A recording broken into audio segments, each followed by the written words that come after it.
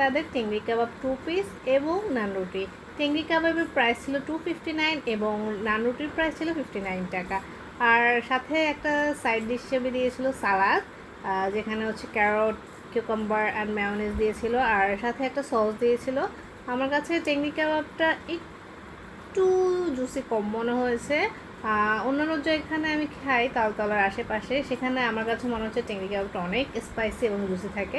এই যে সেট মেনুটা আমি আপনাদেরকে দেখালাম, তাদের ছবির সাথে সেট মেনুটা কালারটা মিলছে না, বাট আদারওয়াইজ ঠিকঠাকই লেগেছে। তারপর আমরা ডেজার্ট সেকশন থেকে তাদের অরিও চিজ কেকটা অর্ডার দিয়েছিলাম।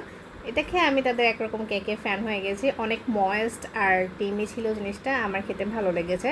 আমার মনে হয় ওভারভিউ তাদের রেস্টুরেন্ট খাবার মোটামুটি পজিটিভই লেগেছে। যেহেতু নিজের টাকায় খেয়েছি, তাই অলওয়েজ চেষ্টা করি অনেস্ট রিভিউ দেওয়ার জন্য এবং আপনারা যাতে প্রতারিত না হন, তাই আপনাদের সাথে আমি সবসময় থাকার চেষ্টা করি। তো আমার ভিডিওতে লাইক, শেয়ার, কমেন্ট করে পাশে থাকবেন এবং জানাবেন কোথায় কোথায় আমার আরও ডেভেলপ করতে হবে। তো thank you guys, tata, bye by.